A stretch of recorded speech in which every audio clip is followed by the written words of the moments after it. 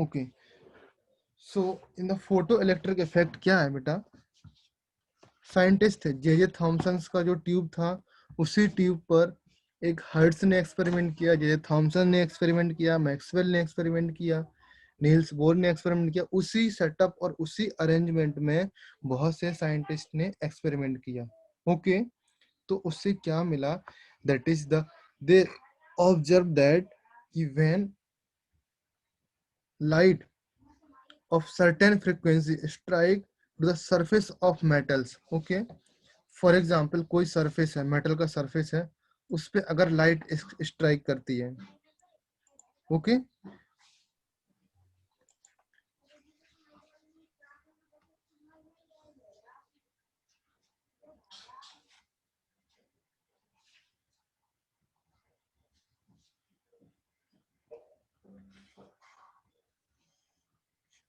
इसको हम ड्रॉ करते हैं थोड़ा सा और अच्छे से।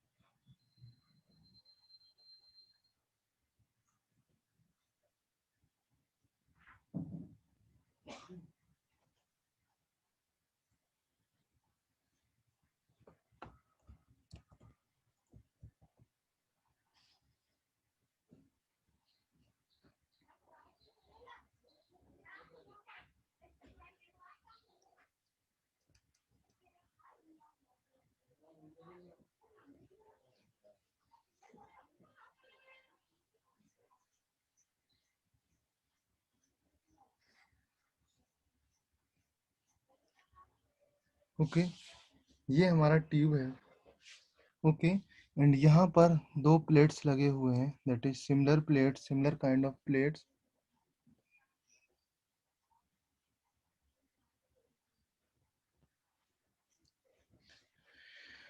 ओके, एंड यहाँ से बैटरी कनेक्टेड है,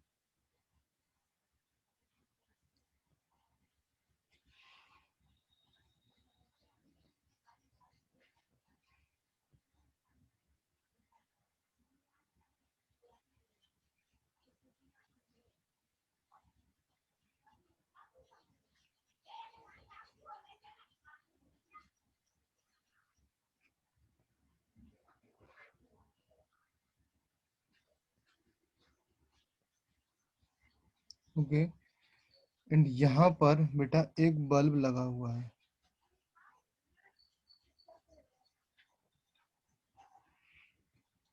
ओके, नाउ अभी इसमें क्या है, हम anyone tell me the what is which and would be the cathode और एनोड, कौन सा एनोड और कौन सा कैथोड होगा, कोई मुझे बताएगा, एनीवन?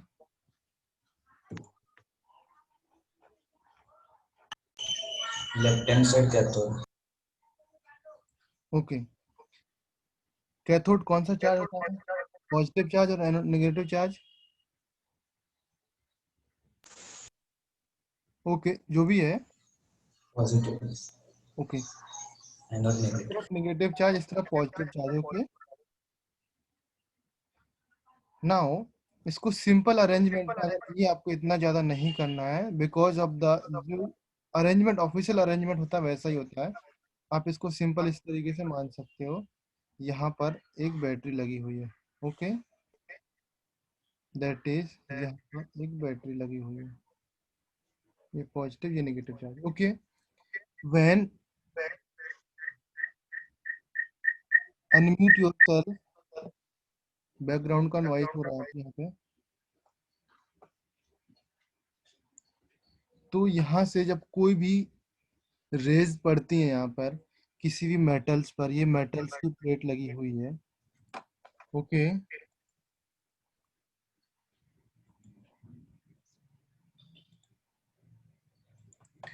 तो यहाँ से इलेक्ट्रॉन्स एमिट्स होने लगते हैं,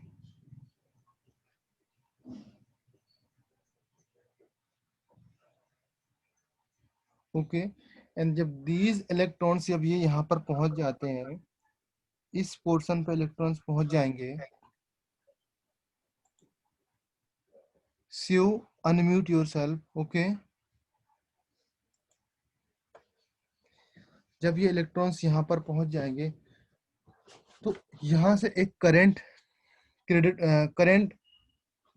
प्रोड्यूस होगी। ओके, सो करंट प्रोड्यूस होगी तो यहाँ पर ये बल्ब है ये जलने लगेगा। ओके, सो हमको आइडिया लगेगा कि यहाँ पर एक आई करंट स्टार्ट हो गई है।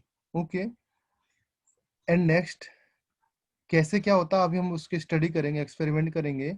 अभी ये ट्यूब के अंदर वैक्यूम होता है। ओके, एंड यहाँ से जो रेज पड़ती हैं, ये रेज कौन सी रेज होती हैं? Can anybody tell me? Monochromatic. Monochromatic rays. इसका मीन्स क्या होता है मोनोक्रोमेटिक का? Fluorescent. Mono means single, chromatic means colour.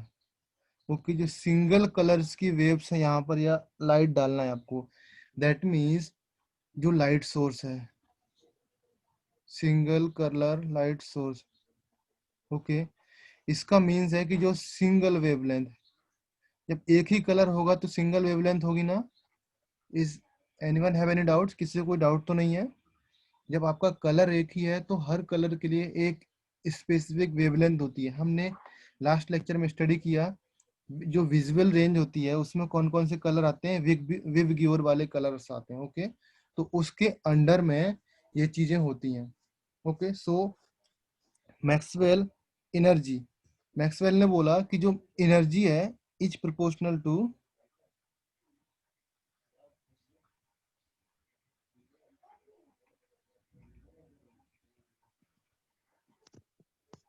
Intensity.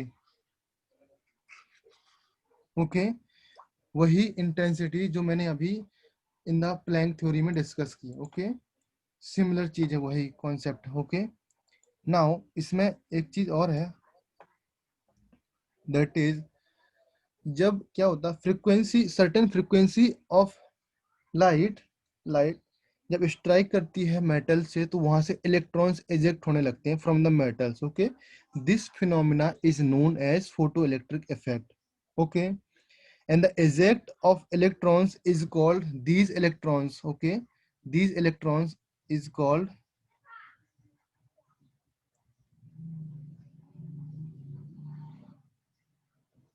photo electrons. Okay, ये तो आइडिया लग गया। ओके, लाइक अभी देखो, all of you study the ionisation energy, सबने स्टडी किया। Yes, sir. Okay, ionisation energy क्या होता है कि किसी भी मेटल्स को आयनाइज करने के लिए, दैट मीन्स अगर सोडियम है, सोडियम से मुझे Na पॉजिटिव बनाना है तो जितना एनर्जी की यहाँ पे जरूरत पड़ेगी मुझे, that is called ionization energy. Okay, तो किसी भी मेटल्स को अगर हमको उसको आयनाइज करना है तो उसके आयनाइज करने के लिए जितना एनर्जी की रिक्वायरमेंट होती है that is called ionization energy. Okay, so जिसकी आयनाइजेशन एनर्जी ज्यादा होगी दैट मीन्स वहां पर यहाँ पर जो एनर्जी है मैक्सवेल एनर्जी, उसकी मैक्सवेल एनर्जी ज्यादा होगी, दैट मीन्स उसकी ज्यादा इंटेंसिटी होगी। लाइक मेटल्स विच हैविंग, इसमें फ्यू पॉइंट्स हैं, वो पॉइंट्स आप मार्क कर लीजिए। विच मेटल्स, और मेटल्स लिखो डायरेक्ट,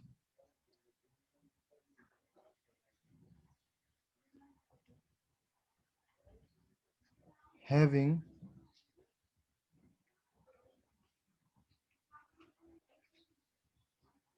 लो आयनाइजेशन एनर्जी,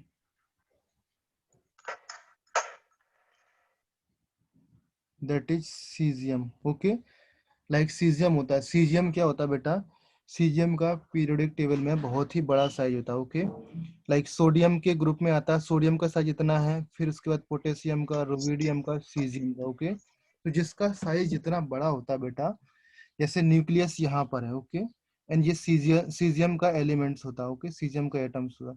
तो सीजियम का जो लास्ट सेल का इलेक्ट्रॉन है यहाँ पर होता, तो लास्ट सेल का इलेक्ट्रॉन्स और इसके बीच में अट्रैक्शन बहुत कम होता है, तो ये इलेक्ट्रॉन्स इजीली आयनाइज हो जाता है, इजीली बाहर निकल जाता है।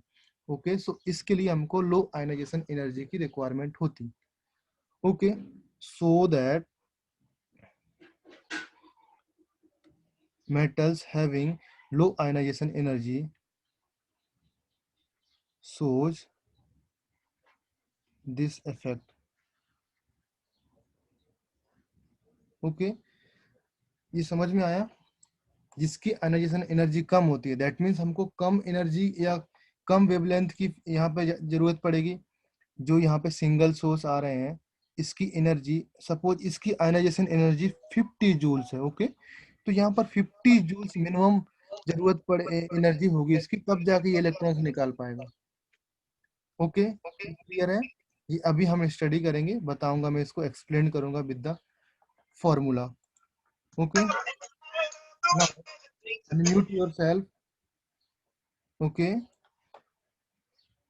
एन इवैक्यूएट ट्यूब, जो मैंने बताया वैक्यूम ट्यूब है, two electrodes connected to the source of variable voltage which have metal plates, मैंने बताया, and some photoelectrons that emerge from the surface of the metals. Okay, जो इमर्ज होने के बाद दूसरे साइड में जाते हैं, वहां पर जाने के बाद कुछ इलेक्ट्रोड या कुछ करंट प्रोड्यूस हो जाती है। ओके, तो पूरे सर्किट में करंट चलने लगती है।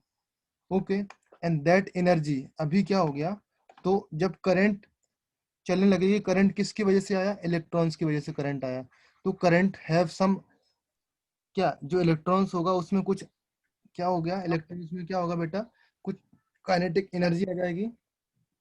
दैट मीन्स जो इलेक्ट्रॉन्स की इलेक्ट्रॉन वोल्ट जो एनर्जी है फ्रॉम द वोल्टेज, ये तो बैटरी से जो एनर्जी आई, that is equal to 1/2 half mv²। Okay, इसमें जो काइनेटिक एनर्जी जो उसकी इंक्रीज होगी या काइनेटिक एनर्जी जो उसमें प्रोड्यूस होगी, that is equal to the battery की जो पावर है, बैटरी की जो एनर्जी है उसके इक्वल टू हो जाएगी। ओके, ये समझ में आया? नाउ फ्यू पॉइंट्स इसमें है, वो आप नोट करो, that is experimental points, experimental findings.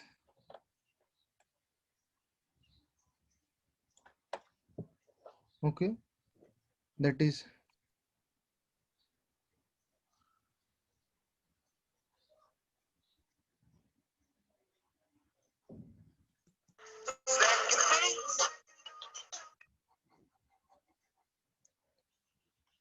Number 1, इसमें नोट करके लिख लीजिए, electrons comes out as soon as, जो लाइट है और सफिशिएंट फ्रीक्वेंसी की जब उसमें प्रोड्यूस पड़ेगी, तभी जाके इलेक्ट्रॉन्स कम आउट होंगे। Okay, that means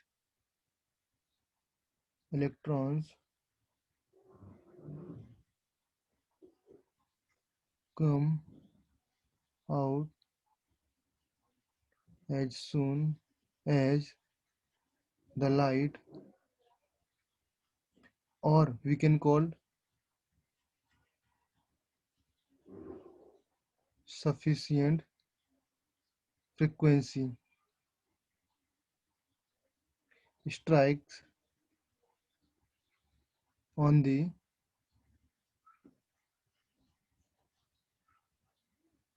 metal surface. Okay, now second point is this, that is light of any random frequency will do not able to cause the ejection of electrons from the metal surface.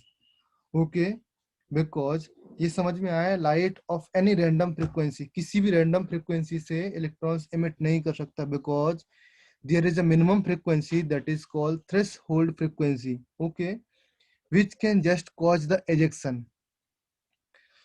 Threshold frequency होगी which can just cause the ejection. Okay, this frequency varies with the nature of metals. Okay, now अभी इसको point में आप बना के लिख सकते हो, that is second point,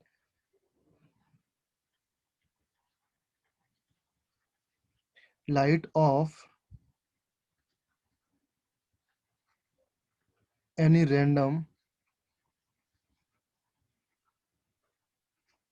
frequency will not be able to cause ejection. Okay,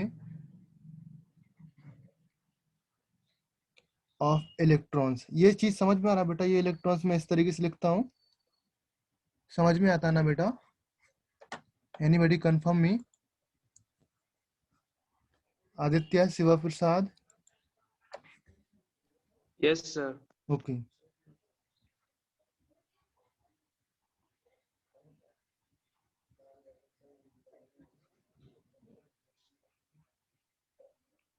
metal surface. Okay, ये चीज तो मैंने बता दिया। नाउ अभी there is a minimum frequency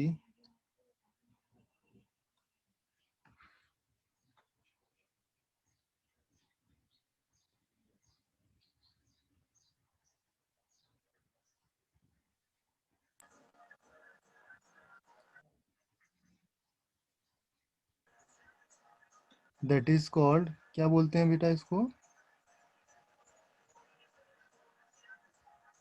threshold frequency. Okay,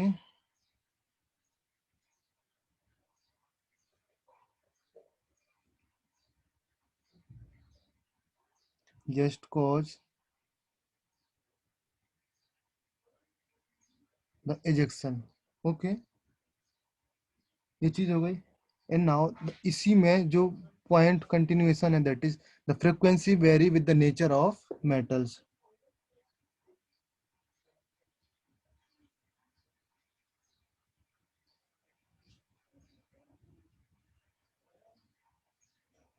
nature of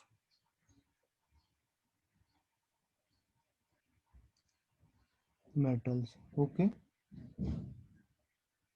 and now the higher frequency of lights have more photoelectrons. Okay, the higher frequency of the light, they have more frequency, they have more photoelectrons. Okay, blue light result in the faster electron than red light. now इसमें जो आपका college में point पूछा जाता है, ये college level के लिए जो मैं अभी पॉइंट लिख रहा हूँ, that is in the red colour, the higher the frequency of lights,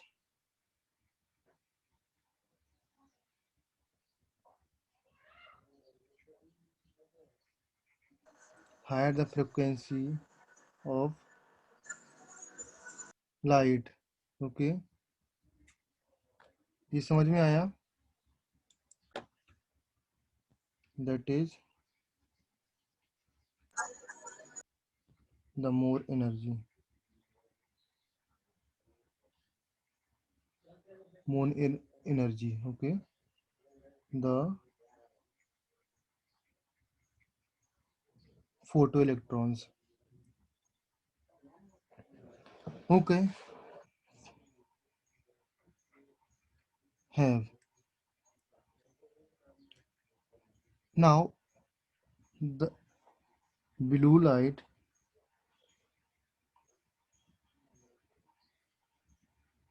results in faster electrons than red lights. Okay, that means बेटा जो मैंने आपको बताया विव गियोर करके, विव गियोर में किसकी जो वेवलेंथ, किसकी फ्रीक्वेंसी सबसे ज्यादा होती है? Can anybody tell me? सबसे ज्यादा फ्रीक्वेंसी किसकी होती है? Violet. Violet. वायलेट्स की। ओके, एंड सबसे कम किसकी होती है? Red. ओके, नाउ ये क्या होता है, मैं यहाँ पे लिख रहा हूं, मैं बताना मुझे, anybody? V I V G O Y R, ऐसा होता है क्या? यू आर होता है।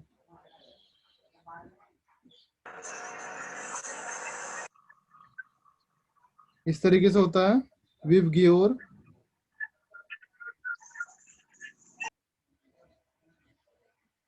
इस तरीके से होता है, बताओ मुझे एनीबॉडी? आप लोग कंफर्म करो ना बेटा,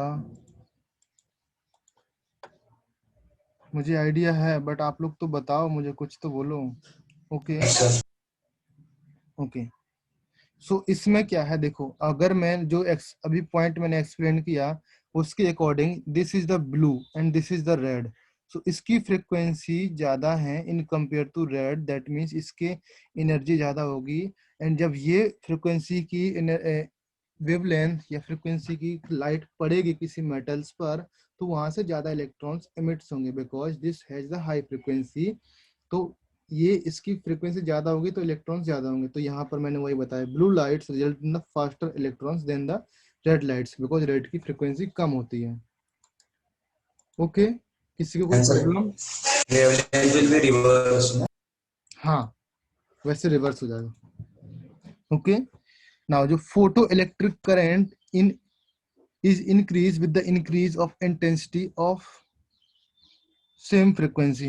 Okay, that means the next point is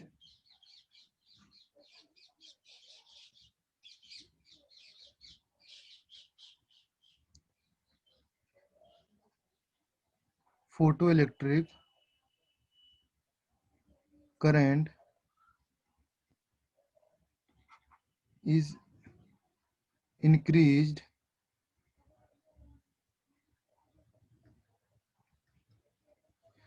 with increase in intensity of light of same frequency.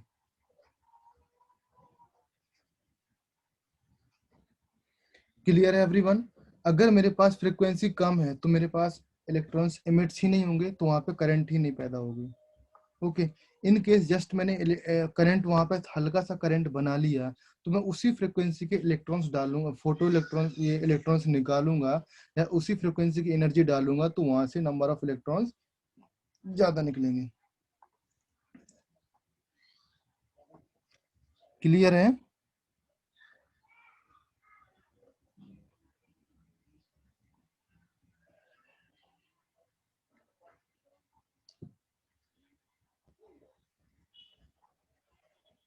If emission is permitted, that is, a bright lights yield more photoelectrons than a dim one of the same frequency, but the electrons energy,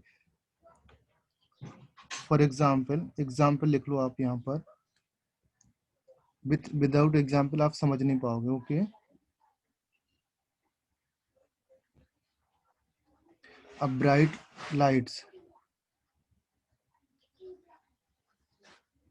yields more photoelectrons,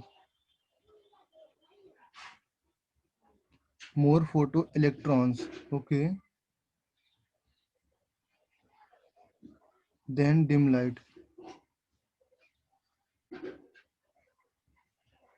dim one of the same frequency. Okay, but the electrons energy remain same. Okay, now ये कुछ point हो गए अभी। Okay, after this point मैं आपको एक चीज और बता रहा हूं। यहाँ पर देखो, सपोज अभी हम लोग न्यूमेरिकल पर्पस पे चलते हैं। Okay, that is if energy of one quantum. Okay, ना इधर से जो थियोरेटिकल पार्ट था वो खत्म हो गया, अभी मैं जो कैलकुलेशन पर्पस के लिए बोल रहा हूँ वो आप समझना। If energy of one quantum, unmute yourself बेटा, इज ग्रेटर देन और equal to threshold energy. Okay, ये पॉइंट बोल सकता हूं मैं, और एनर्जी की जगह पे फ्रीक्वेंसी कर सकता हूं, और we can call frequency of quantum is greater than threshold frequency. Okay, दोनों पॉइंट सेम ही है, because we have study E proportional to nu. Okay, तो यहाँ पर क्या होगा बेटा, यहाँ पर क्या होगा,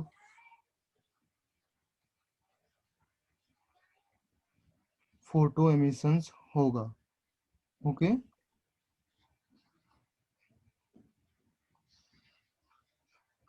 इस कंडीशन में फोटो एमिशंस होगा, एंड अदर देन कोई भी कंडीशन होगा, यहाँ पर लेस देन का साइन लगता है तो वो फोटो एमिशंस नहीं होगा फिर। ओके, इफ लेस देन का साइन आ गया तो फोटो एमिशंस नहीं होगा। ये तो आपने समझ लिया।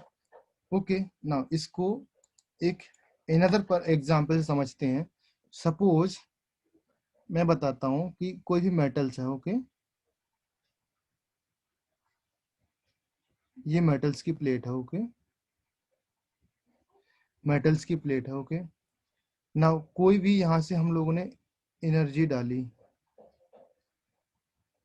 Okay, that energy E is greater than H nu naught. Okay, hello, yeah.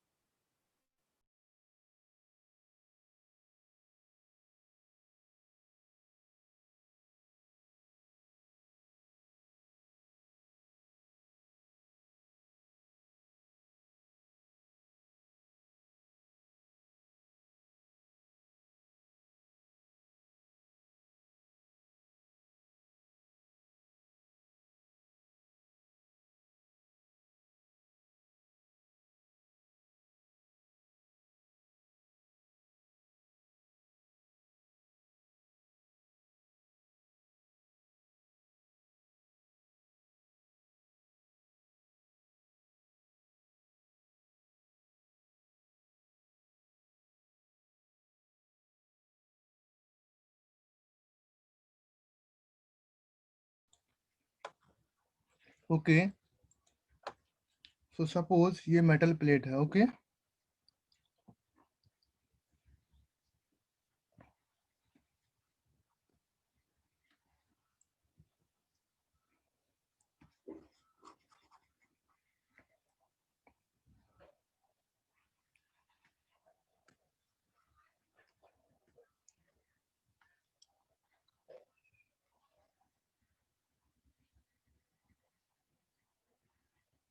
यहाँ से E is greater than H nu naught। Okay,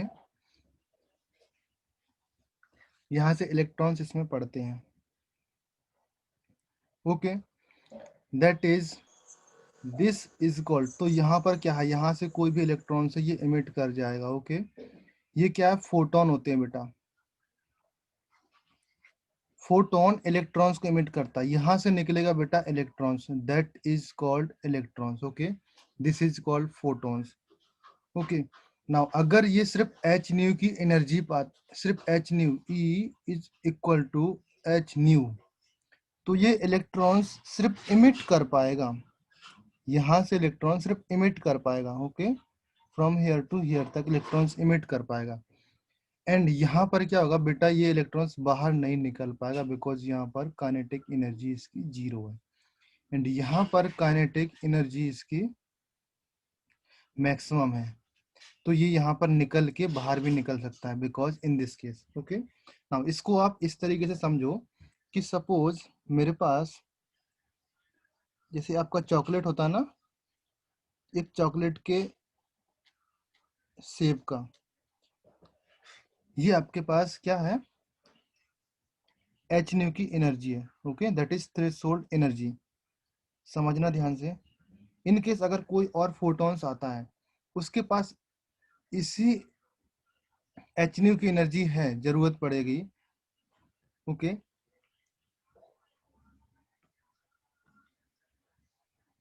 suppose एक और फोटॉन्स आ रहा है यहाँ पे, ये मेटल्स प्लेट का हो गया, ये मेटल्स प्लेट का बेटा एक पार्ट का एनर्जी लिया मैंने, किसी भी एक इलेक्ट्रॉन्स की एनर्जी है इतनी, सपोज ये फोटॉन्स की एनर्जी है,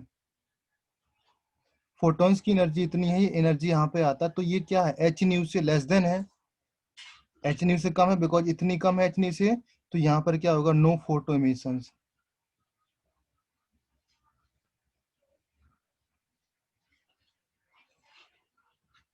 ओके, एंड इफ जो इलेक्ट्रॉन या फोटॉन्स नया आया उसकी एनर्जी यहाँ पर है,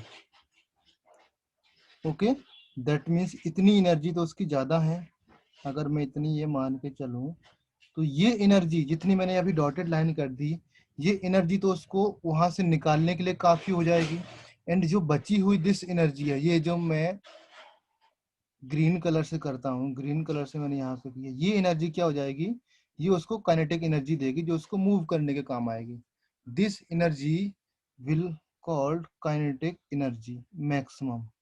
ओके, इन केस अगर ये एनर्जी आपकी बढ़ जाती है, सपोज किसी दूसरे मेटल्स के लिए ये एच न्यू यहाँ पर आता है, ये एच न्यू बढ़ के थोड़ा सा इधर पे आ गया, ओके बेटा समझना, इधर पे आ गया एच न्यू, तो आपको अभी क्या है, जो गिवन एनर्जी है, ये वाली एनर्जी है, ये यहाँ तक देना पड़ती, दैट मीन्स ये एच न्यू, ये जो काइनेटिक एनर्जी है, काइनेटिक एनर्जी थोड़ी डिक्रीज हो जाती, दैट मीन्स अगर ये एच न्यू है तो उस पॉइंट पर काइनेटिक एनर्जी मैक्सिमम होती है। तो क्या इक्वेशन क्या बनेगी बेटा, अगर काइनेटिक एनर्जी निकालना है मुझे, तो kinetic energy maximum is equal to this is called, H nu की एनर्जी हमको गिवन थी, and H nu not, that means इतनी एनर्जी हमने माइनस कर दी, ये जो पिंक कलर में मैंने लिखा है यहाँ पे, इतनी एनर्जी हमने माइनस कर दी। So this equation we can produce, that is okay. तो ये इक्वेशन होगी, ये इक्वेशन किसने दी थी बेटा, this equations given by Einstein. Okay, इसको क्या बोलते हैं इन टर्म्स ऑफ, इसको इस तरीके से लिख सकते हैं, H nu is equal to H nu not plus kinetic energy maximum. ये मैक्सवेल ने नहीं बता पाया था, मैक्सवेल ने उतना सब नहीं बताया, ये आइंस्टीन ने स्टडी करके बताया फोटो इलेक्ट्रॉन। तो इसकी वजह से बेटा ये किसकी, इसको क्या बोलते हैं,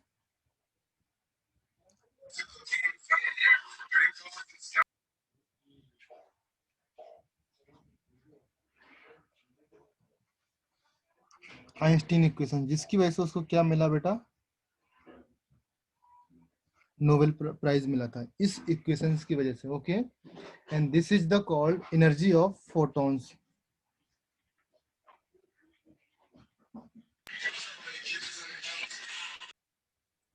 okay, and this is the called threshold energy, and this is called kinetic energy. ये तो आपको आइडिया लग गया। Okay, and this is the very important part of the energy. Okay, इस थ्रेशोल्ड एनर्जी को किसी किसी बुक्स में फाई से लिखते हैं, phi is equal to H nu. Okay, तो ये आपको याद रखना है। Okay, now moving forward, that is अगर मैं इस जो काइनेटिक एनर्जी है इसको हम प्लॉट करें, ग्राफ में प्लॉट करें, ओके, ग्राफिकल रिप्रेजेंटेशन देखें इसका, दैट इज ये क्या हो गया बेटा, H nu is equal to H nu plus इस kinetic energy maximum. Okay, and kinetic energy क्या होगी बेटा, H nu is equal to H nu not plus half M V square. If anyone, अगर इस तरीके से किसी ने मिस्टेक की, I will remove you, okay, and you can not join further. Okay, if anyone do not want to study, leave, आराम से leave कर सकता है, चला जा सकता है, कोई प्रॉब्लम नहीं है, बट किसी अदर्स को डिस्टर्ब नहीं करेगा। ओके, अगर किसी के यहाँ से बैकग्राउंड में नॉइस हो तो मैंने उसको बोला कि आप अपने आप को म्यूट किए रहो। अगर बैकग्राउंड में नॉइस नहीं है he can unmute or she can unmute, okay, without any hesitation. वो unmute कर सकती है, क्वेश्चन पूछ सकती है। अगर आपके यहाँ पे शांत एम्बियंट है, कोई शोर नहीं मचा रहा है, ओके, बिकॉज ये मुझे लग रहा है आप ही का ही कोई सॉन्ग बजा रहा है, लैपटॉप डेस्कटॉप जो भी है वो चला रहे हैं, ओके। सो अगली बार से ध्यान देना है, ओके। अगर मैंने पता लगता है मुझे कौन अनम्यूट किया कौन म्यूट नहीं किया, okay everyone, because zoom has lot of facilities, बहुत सारी फैसिलिटीज देता है, कौन कितनी देर ज्वाइन किया, कितनी देर ज्वाइन नहीं किया, कितनी देर म्यूट किया, बहुत सारा चीज पता लगता है बेटा। जो मीटिंग होस्ट करता है उसको सब चीज आइडिया लगता है, okay. Be careful from the next time, okay. So that is, अगर मैं रिप्लेस कर दूं, दैट इज ग्राफ हम रिप्लेस करें, इस तरीके से ग्राफ बनाएं, दैट इज एक्स एक्सिस का ग्राफ बनाएं,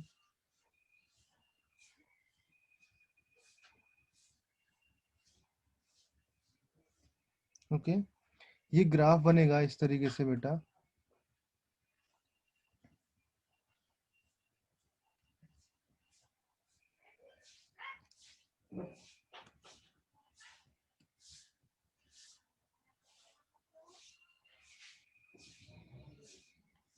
दैट इज ये ग्राफ शो करेगा, okay.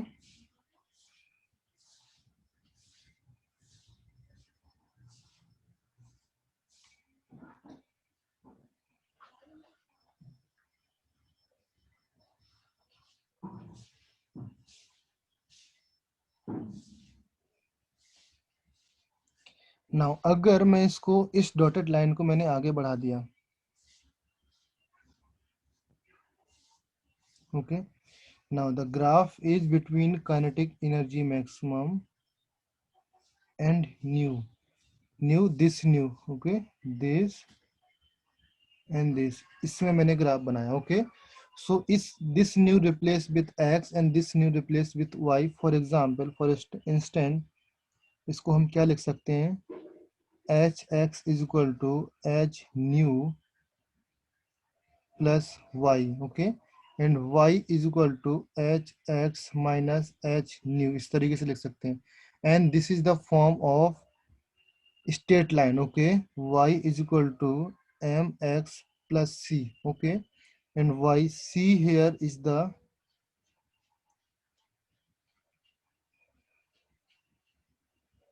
Y intercept and M is the slope,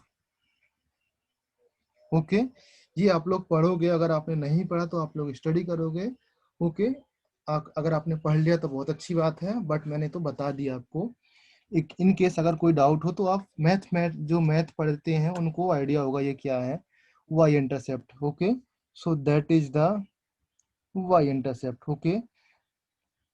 in case यहाँ पर मैं जीरो रख दूं, यहाँ पर एक्स के जगह पे जीरो, तो ये पोर्शन जीरो हो जाएगा and Y is equal to minus H nu naught आ जाएगा, तो ये एच न्यू नॉट आ जाएगा, okay. This minus, okay, this will be equal to minus phi, okay, ये फाइव के इक्वल टू हो जाएगा, okay. And this phi is called, इसको क्या बोलते हैं, can anybody name this phi, इसको क्या बोलते हैं बेटा, वर्क फंक्शन और work potential, okay. And this five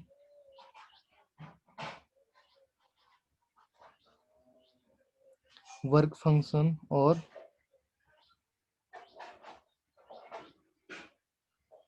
work potential, okay.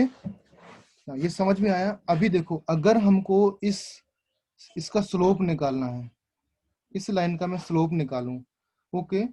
सो जो स्लोप होगा इस लाइन का, that is the plank constant, okay. जो प्लैंक कांस्टेंट होता है, अगर मैं प्लैंक इस what is the plank constant, अगर मैं इस इक्वेशन से निकालूं कि प्लैंक कांस्टेंट की वैल्यू क्या है,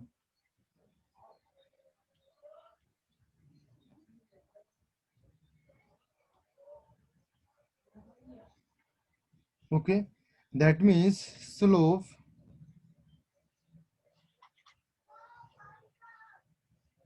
is equal to delta Y upon delta X, that means किसी भी 2 पॉइंट्स पे, ओके, किसी भी 2 पॉइंट्स के कोऑर्डिनेट्स अगर हमको आइडिया लग गए, किसी भी पॉइंट के कोऑर्डिनेट्स अगर हमको आइडिया लग गए, दैट मीन्स अगर मेरे को यहाँ के आइडिया लग गए, इस पॉइंट का कोऑर्डिनेट्स मुझे आइडिया लग गया, यहाँ का एंड यहाँ का आइडिया लग गया, तो हम ये निकाल सकते हैं from this formula. Okay, and इस फॉर्मूले को हम इस तरीके से भी लिख सकते हैं, दैट इज एच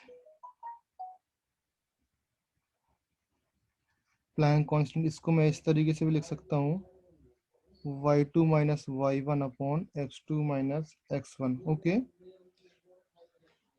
ये हो गया बेटा। एंड आफ्टर दैट अगर मैं आपको एक क्वेश्चन पूछूं, sodium, potassium and rubidium, okay, these किसकी आयनाइजेशन एनर्जी या किसकी जो फोटो इलेक्ट्रॉन्स है किस में आसानी से होगा और किस में सबसे टफ एनर्जी लगाना पड़ेगा। ओके, या किसकी एच न्यू ज्यादा होगी, किसकी एच न्यू कम होगी, वो मैं आपसे पूछना चाहता हूँ। ओके, तो उसको कैसे करेंगे बेटा?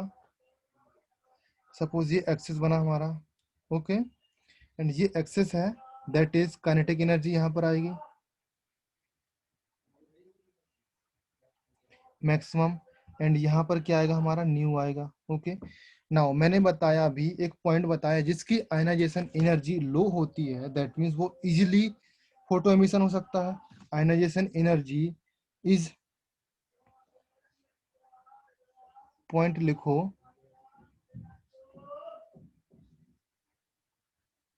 Ionization energy is directly reflect to the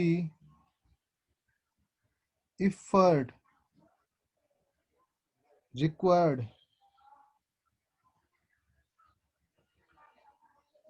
बेटा इसको इधर पे लिखो पॉइंट। Okay, because ionization energy is directly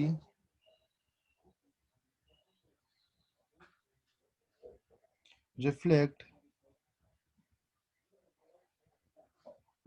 effort required to remove the electron in photo emission. Okay, this point is very important for solving the questions like इस तरीके से question आए केमिस्ट्री में, पीरियडिक रिलेटेड कुछ क्वेश्चंस आए, तो ये point is very important. Okay, this chapter you also study in the physics में भी ये स्टडी करोगे। ओके, तो मैंने यहाँ पर ब्रीफली आपको बता दिया, फिजिक्स में भी आप स्टडी करोगे। Okay, so that is ionisation energy is proportional to energy required. Okay, now अभी आपको मैंने बताया, ओके, ये ग्राफ में ये बना हुआ है, सबसे ज्यादा एनर्जी किसको लगेगी, दैट मीन्स जिसकी फ्रीक्वेंसी यहाँ पर ज्यादा होगी।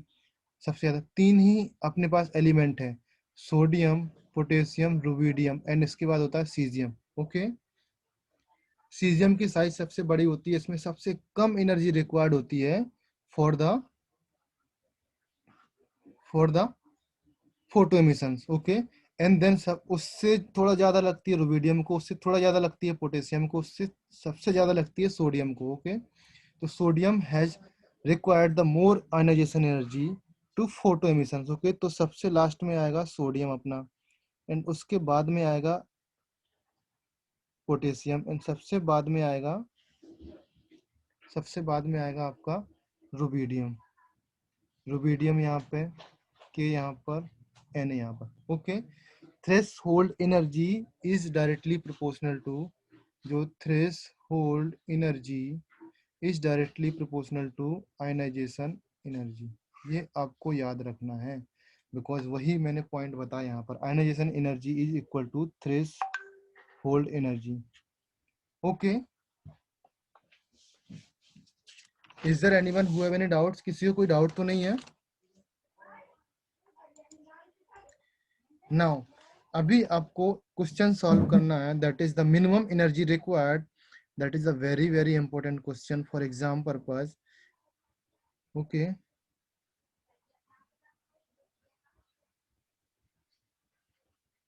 The minimum energy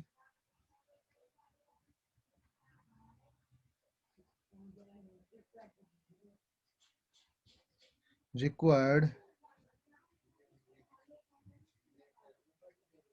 to remove an electron from K metal, that is potassium metal. K metal is 3.7 into 10 की power minus 19 joule. Okay. Will photons of frequency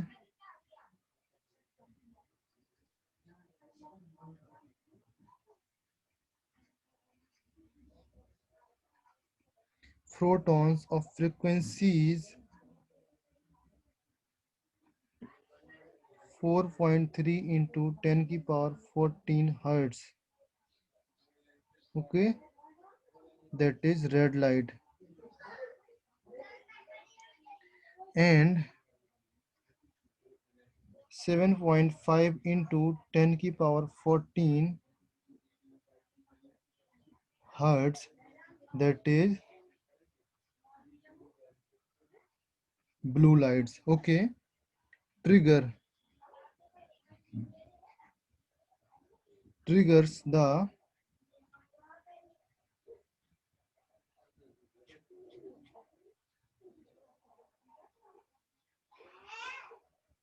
photoelectric effects. If so, अगर ये ऐसा होता है, so calculate the maximum kinetic energy of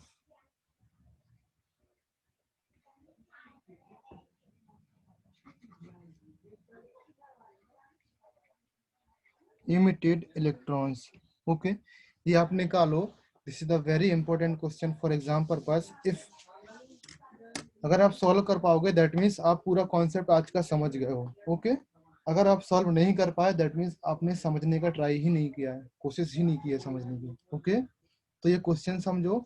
अगर किसी को question का लैंग्वेज समझ नहीं आ रहा, कोई चीज समझ नहीं आ रहा, वो मुझसे पूछ सकता है. And you have 5 to 7 minutes. Okay, आपको 5 से 7 मिनट दिए इस क्वेश्चन को सॉल्व करने के लिए. आप इसको सॉल्व करो. अगर किसी को कोई प्रॉब्लम है मेरे से पूछो अभी.